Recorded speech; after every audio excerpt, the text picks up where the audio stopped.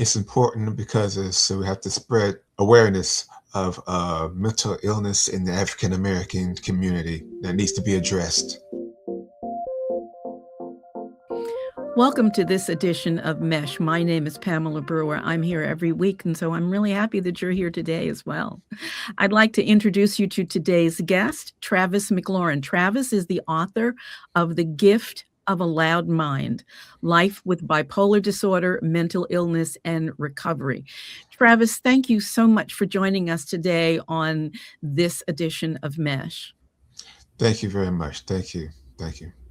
Travis, you begin your book, and I'm going to quote from your book. You say, "I was born with a mind that rose too high and fell too low, a chemistry I could not control, a storm I never asked for."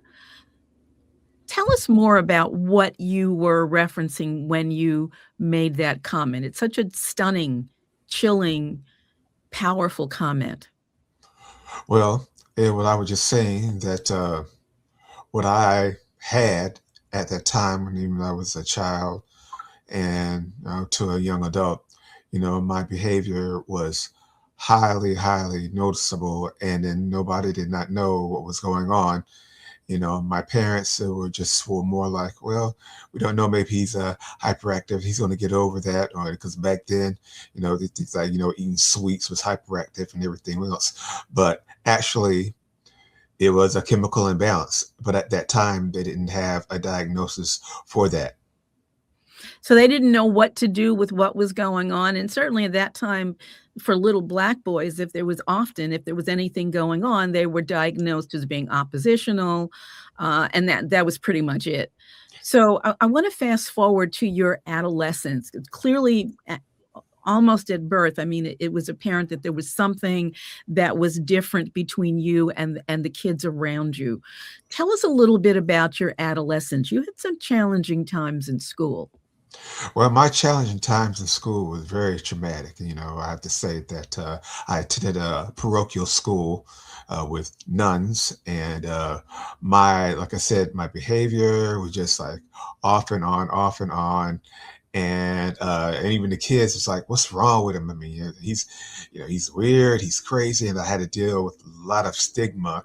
And then, over the years, I knew that I was different, but I just kept going on. But I didn't understand why the people, I was persecuted, bullied in high school and everything. Well, Travis, let me interrupt you for a second, Mhm. because you know what your life was like and you know what your experiences were like. But I know the listeners are wondering what kind of behaviors were happening that got you negative attention, both from your teachers and from the children. Was it hard for you to stay focused? Did you run around the room? I mean, what did you have lots of mood swings? What was happening? What was the It behavior? was it was the mood swings, and a Okay. lot had to do with the. I did do a lot of running around because at times would walk into class, and they're just like, "What's this kid doing here?" And also, it bothered the kids that they were annoyed. They're just like, "Oh, we don't want to be bothered with him," just like and stuff like that. And also I had to deal with the nuns, that were verbally abusive and physically abusive at that time. And Okay, it wait a was second. just Let's the let stress. me let me just back up. You're saying that the nuns were both verbally and physically abusive? What happened? What were they doing? Well, I just said, the nuns, I noticed that I wasn't the only one, but I was the most noticeable out of Okay. all because I couldn't, I wasn't really know what's going on because when I attended parochial school that first year when I was 6 years old, I just thought it was a place where kids can be, and that Okay. was it. So the nuns would say what kind of things to you that were so upsetting? Well, it's just that, they were just like sit down, Travis, or we're gonna you're gonna get spanked to your red, black, and blue, and things like that. So they were And threatening. yes, yes, yes, That yes, sounds pretty scary, period, but certainly for a 6-year-old and a 7-year-old, that's you don't know what to do with that. yes. And it gives And you the kids around you permission to treat you the same way.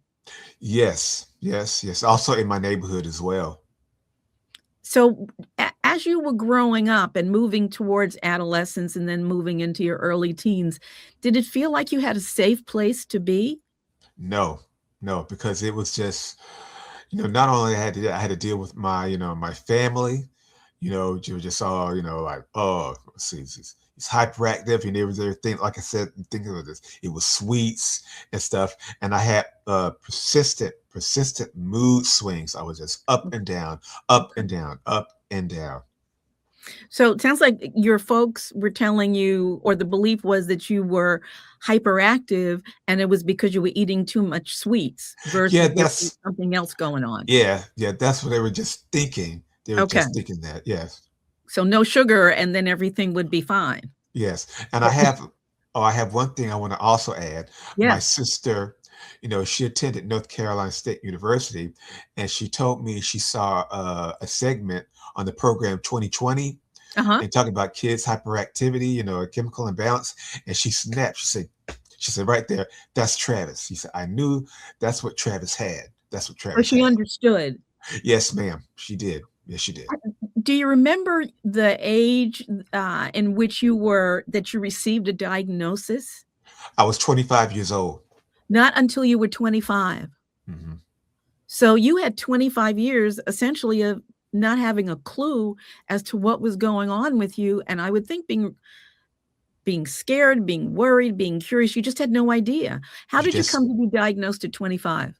What well, was going on? Well, Dr. Pamela, you just said it. You just hit it. You just hit it right there. That was bingo. I mean, you just said it because So, when you got that diagnosis, was how did you feel hearing a diagnosis? it was like a long exhale. And at the same time, I was nervous and I had so much rage in me at that time when I went to the Forsyth County Mental Health Center and they looked at me right there and they just looked at, oh, he's got bipolar, let's get him ready and stuff. Because I was like, here I am. I want to take control of my life. And that was Yeah. it. So you took yourself in to get information about what was going on. Yes. So even that is pretty amazing because a lot of times people just don't do that. Travis, I'm gonna take a break and just talk to, the Mesh listeners for a second, and then I'll come back, and talk to you. Folks, I do thank you for joining me today on this edition of Mesh, and of course, we're having a really important conversation with an African American man who dealt with bipolar for many years before being diagnosed and having a sense of what to do.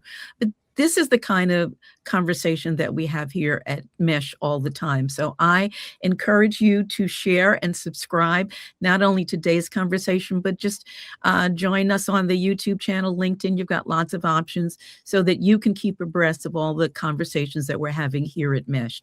Let me go back to you, Travis. When you were diagnosed as being bipolar, did you know what that meant? Did they explain the diagnosis to you?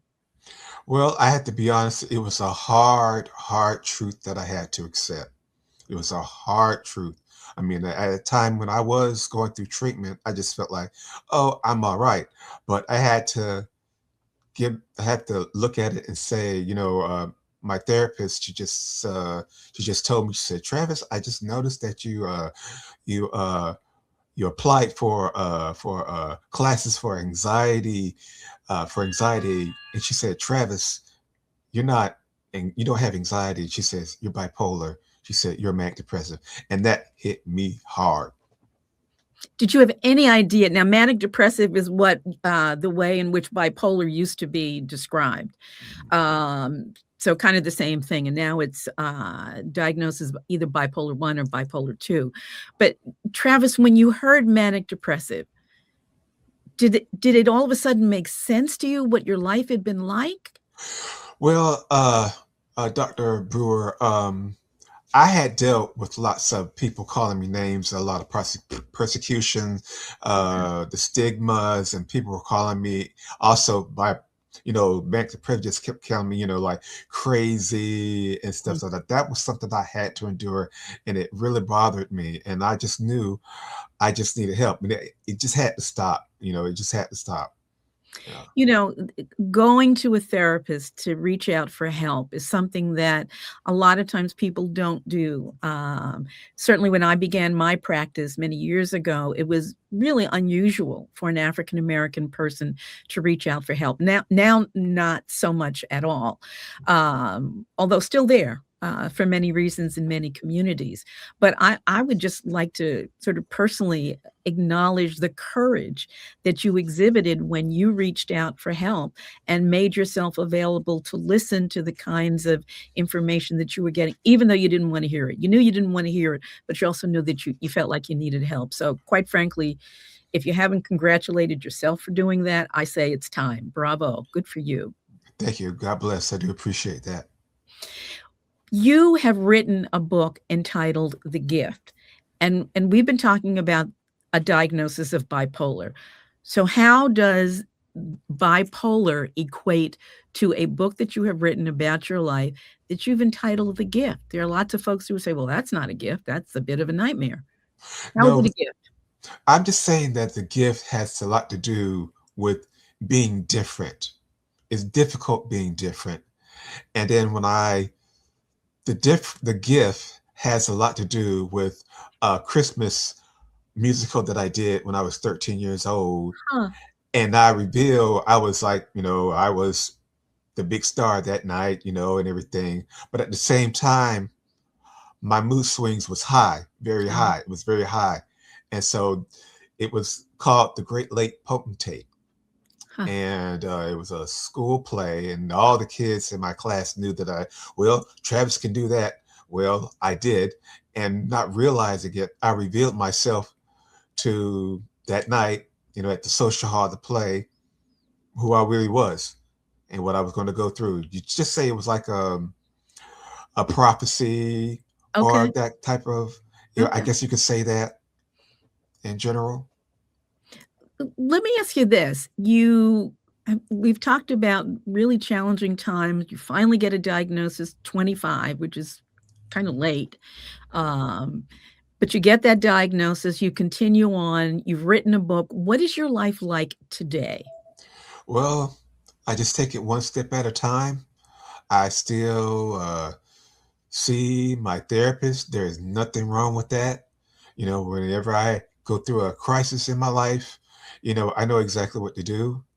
And at that time, when I started going through my treatment process, it was a long process. There was lots of questions, Mhm. lots of things that were on my mind that I had to get off, ma'am. Well, you're preaching to the choir when you talk about the value of therapy, so I'm certainly not gonna argue with you about that one. I wanna go back to your book for a second.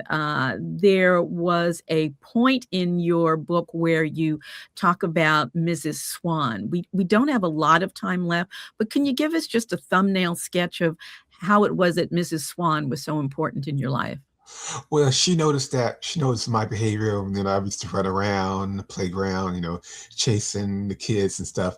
And I know one time she just looked at me and she was saying something. I noticed something about you. She said something like, "You better stay out of trouble." But she knew there was something awkward about me. But Okay. she was always attentive and she was always receptive towards me. So, kindness was something that was really valuable for you, as I it is for think, all of us, yes, you and too just many hit it right times there.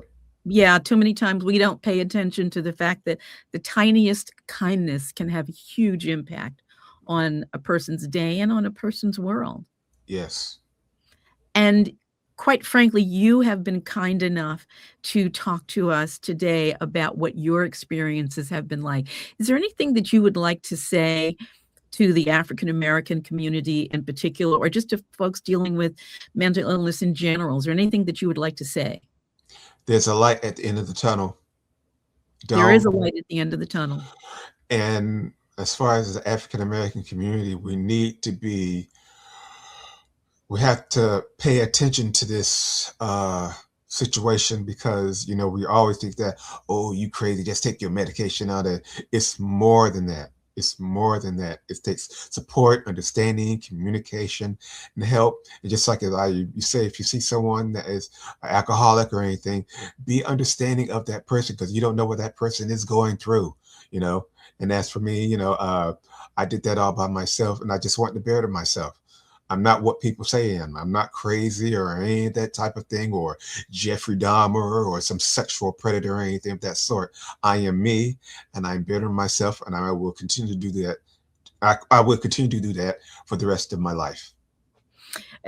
Again, your ability to be so forthcoming in terms of what your experiences have been like, and your advocacy for folks to seek out assistance when assistance is helpful, is just so important. And I just thank you for that. A lot of times we throw around this word crazy, and I'm not even sure what crazy means anymore. I mean, it Yeah. just means so many things.